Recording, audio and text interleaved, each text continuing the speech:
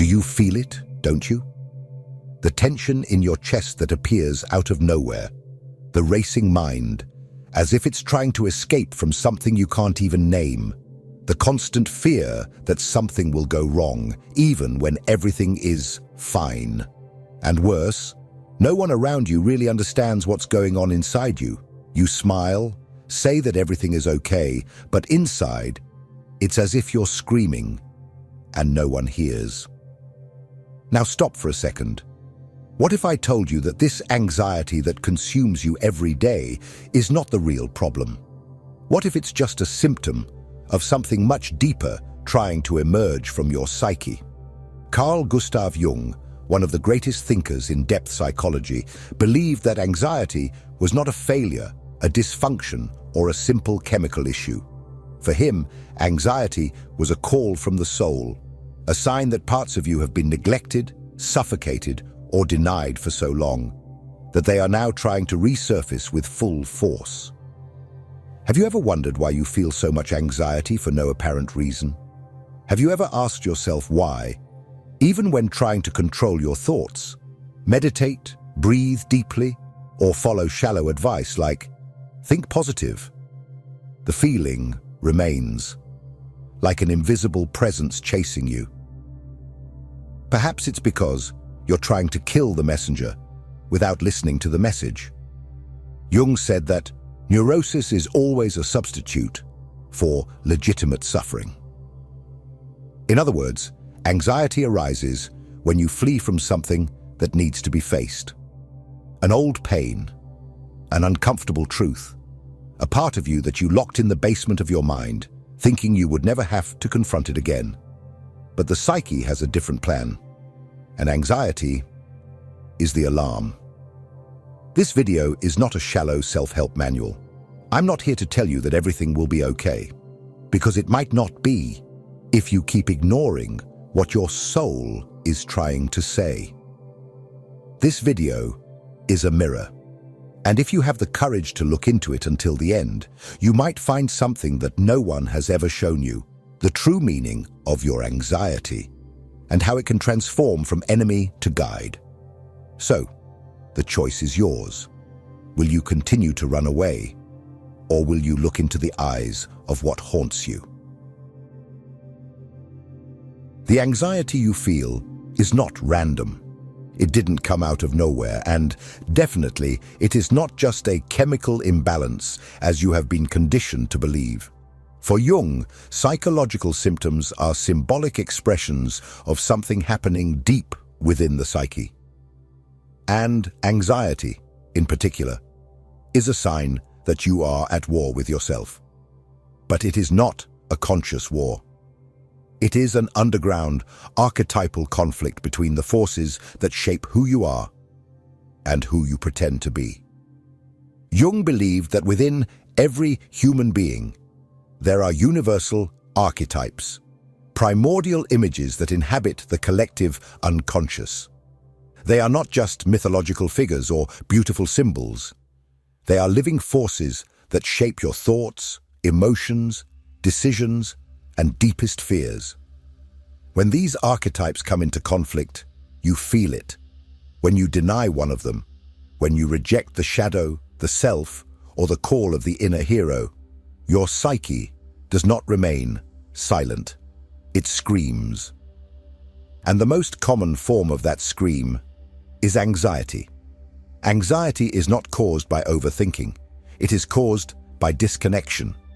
When the ego, the part of you that identifies with the social mask, with routine, with control, loses contact with the unconscious, an internal crack is born. You feel insecure, even without reason. You feel fear of the future, even when everything is relatively fine. You feel an emptiness that nothing fills, neither success, nor relationships, nor distractions. Why does this happen? Because the unconscious is trying to restore balance. It is trying to get your attention. When you live only to meet external expectations, to maintain an image, to follow a script that you didn't even write, you are denying your soul, and the rejected soul manifests First as discomfort, then as anxiety, and if you continue to ignore it, as collapse. Jung didn't see anxiety as an enemy.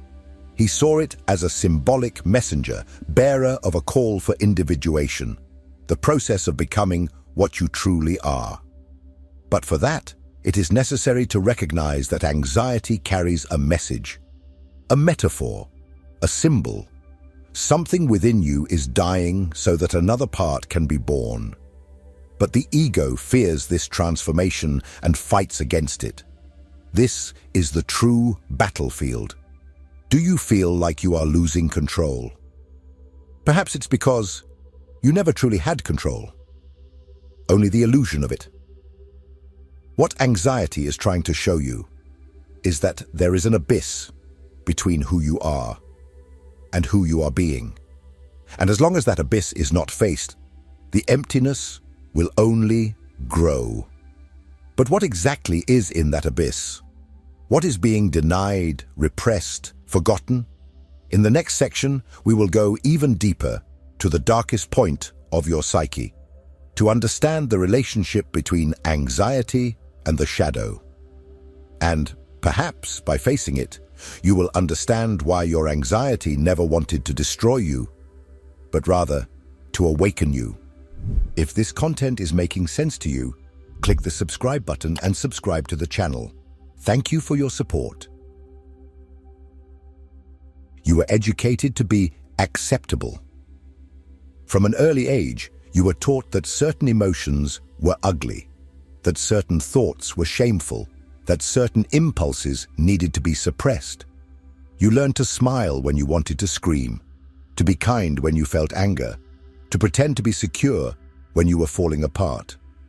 Over time, you shaped a persona, a social mask, and buried everything that didn't fit into it.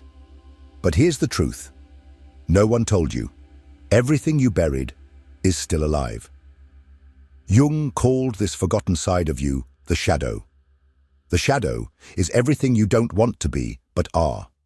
Everything you don't want to feel, but feel. It's your fear disguised as anger. Your anger disguised as silence. Your insecurity masked as control. And when you try to live only as what is acceptable, you become a slave to that shadow. And it manifests in the only way it can, through anxiety. Anxiety, in this context, is like an alarm triggered by the rejected part of you. It's the shadow knocking on the door of your consciousness, demanding to be seen. And the more you ignore it, the louder it screams. You feel palpitations, sweating, insomnia, obsessive thoughts. But you don't understand why. Because you're looking at the symptoms, not the root. And the root is in the unconscious, where the shadow resides, repressed, suffocated, hungry for recognition. Have you ever wondered why you have disproportionate reactions? Why you panic over small things? Why you self-sabotage when everything seems to be going well? It's not bad luck. It's not weakness. It's the shadow trying to restore psychic balance. It's saying, you can't keep pretending I don't exist. And here's the cruelest part. Society reinforces your disconnection with the shadow. It rewards you for being productive, for appearing confident, for maintaining appearances. But that appearance comes at a high cost. It costs your authenticity. It costs your emotional health. It costs your peace. Jung said that no one enlightens themselves by fantasizing figures of light, but by making the darkness conscious. The true cure for anxiety is not in eliminating the symptoms, but in facing the truth they reveal. And that truth is brutal. You built an identity based on half of your soul, and now the other half is demanding to be heard. But how do you listen to a part of yourself that you fear? How do you dialogue with the shadow without being consumed by it? The answer lies in the body. Because before it manifests as thought, the shadow expresses itself as sensation, anxiety, tension, physical pain. Your body is carrying the conflict that your mind insists on denying. In the next section, we will understand why anxiety is not just in your head, but in your body, and how it has become the battleground between who you are and who you are trying to be. Your anxiety does not only live in the mind, it lodges in the body, in the contracted muscles that you no longer even notice, in the stomach that tightens for no reason, in the chest that burns as if something is about to explode, in the knot in the throat that prevents you from saying what you feel. These symptoms are not just physical, they are psychic. They are manifestations of the internal conflict between the ego that wants control and the soul that wants liberation. Jung believed that the body is the mirror of the unconscious. When repressed content does not find a symbolic outlet, such as dreams, art, writing, or inner dialogue, it manifests in a literal, raw, somatic way. And anxiety is one of the most intense forms of this manifestation. It is the collapse of the language of the soul that, ignored for too long, has begun to scream through the flesh. How many times have you felt your body react as if it were in danger, even knowing rationally that everything was fine? This is the unconscious trying to take command because your consciousness is no longer listening.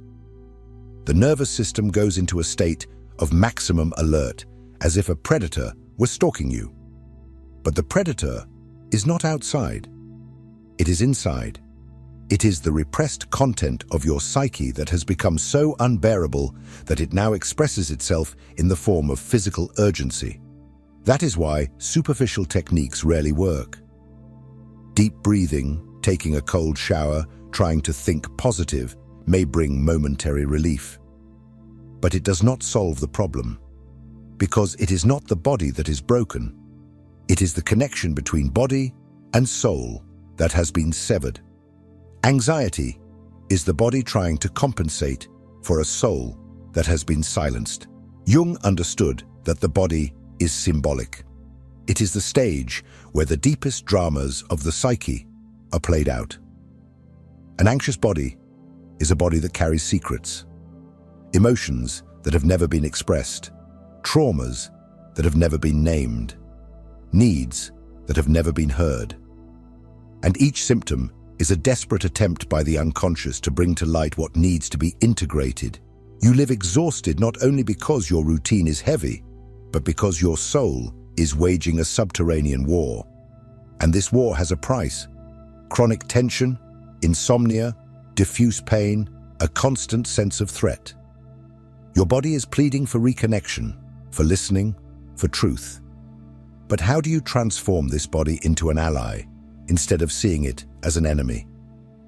How do you move from a logic of combat, trying to control the symptoms, to a logic of listening and integration?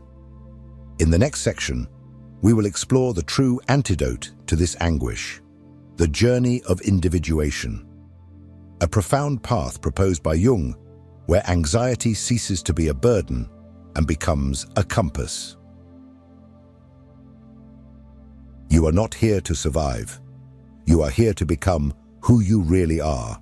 But the problem is that no one taught you how to do that. From an early age, you were shaped to fit into patterns, into expectations, into norms. You learned to adapt, to be accepted, to stay silent, to avoid conflicts, to follow rules whose authors you don't even know. And in the process, you forgot who you were.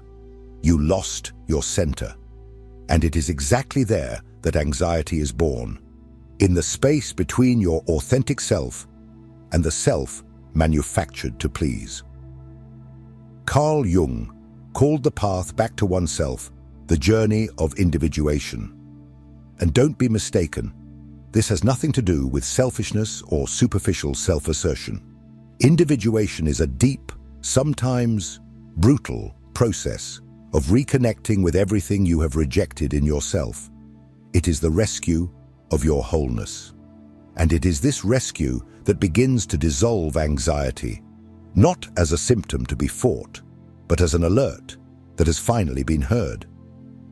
To individuate is to accept that there are parts of you that have been forgotten, wounded, silenced, and that they are begging to return. It is to face the shadow, to recognize the masks of the persona, to understand the archetypes that influence your most intimate decisions. It is to stop asking yourself, "How should I be?" and start asking yourself, "Who am I really?" But don't think this path is easy. It is a descent, a confrontation with old fears, painful truths, unresolved choices. It is to strip away the idealized image you have built and face the fragmented being that was left behind. Anxiety, in this context, is not the enemy. It is the guide. It points to the areas where you are still living half-heartedly, where you are still pretending, where you are still afraid to be who you are. Jung said that healing happens when the individual becomes who they are. This means abandoning the desire to please, to control, to meet external expectations. It means making peace with your history, with your traumas, with your light and your darkness. It means integrating, not excluding. And in doing so, something profound happens. Anxiety begins to dissolve. Not because you have defeated it, but because you have finally understood what it wanted to say. It was not a problem. It was a map, a call, a push from the soul saying, "Wake up, come home, be whole." But the question now is how to do this in practice, how to get out of autopilot and start this journey in a real way, how to transform suffering into symbol, how to communicate with the unconscious without being swallowed by it. In the next section, we will explore the tools that Jung left for this reconnection: symbolic rituals, silence, dreams, and the power of solitude. Forgotten tools in a world that only knows how to rush, but which may be the key to your inner freedom. You have been conditioned to seek quick solutions, a pill to sleep, a motivational podcast, a 5-minute video with 5 tips to control anxiety. But here's a truth that might hurt.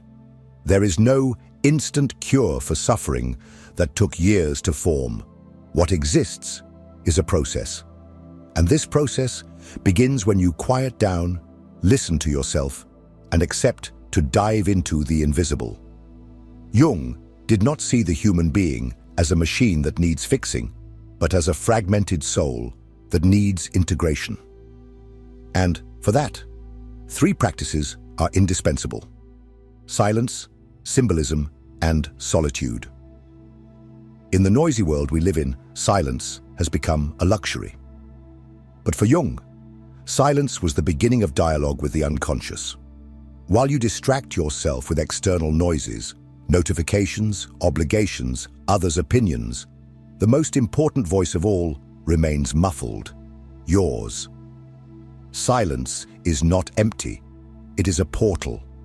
It is in silence that repressed contents emerge, that symbols take shape, that dreams regain meaning. Silence is the language of the soul, and it is in this silent space that symbolism comes in. Jung asserted that the unconscious communicates through symbols, images that carry deep meanings, often incomprehensible to rational logic. Have you ever had a disturbing dream and woken up not knowing what it meant? Have you ever felt a strange connection to a song, an image, or an apparently trivial memory? These are symbols, and they do not appear by chance. They are keys. Fragments of your soul trying to say, "Hey, I'm here, recognize me." Interpreting these symbols is an act of psychic alchemy. You need to learn to see what lies beneath the surface. A dream of falling may be a warning of loss of control. A constant feeling of weight on your shoulders may symbolize responsibilities that are not yours. Anxiety, in fact, is itself a symbol, a sign that there is a rupture between what you live and who you are. But none of this can be accessed without solitude. And pay attention, solitude is not isolation. Isolation is escape. Solitude is presence. It is the sacred space where you can finally stop acting and start listening. Jung saw solitude as a necessary ritual for transformation. It is in solitude that the ego loses the illusion of control and the self begins to manifest. It is in solitude that dreams are revealed, symbols are organized, and internal chaos finds meaning. Silence, symbolism, and solitude. These are the tools of the true alchemist of the soul. And if you really want to break the cycle of anxiety, you need to stop seeking answers outside and start listening to what is emerging from within. But understanding all this is still not enough. Because now comes the hardest part. To act, to integrate, to live the change. And for that, you will have to make an uncomfortable choice between continuing to pretend that everything is fine or finally taking responsibility for your own transformation. In the next and final section, we will reach the end point of this journey. The decisive moment when you look at your anxiety and understand that it was never the villain of your story. It was your teacher. And now it is up to you to decide. Will you continue to run away, or will you finally face the truth? It's time to stop deceiving yourself, to look at your anxiety not as an unfair burden, but as a brutal mirror that life has placed in front of you.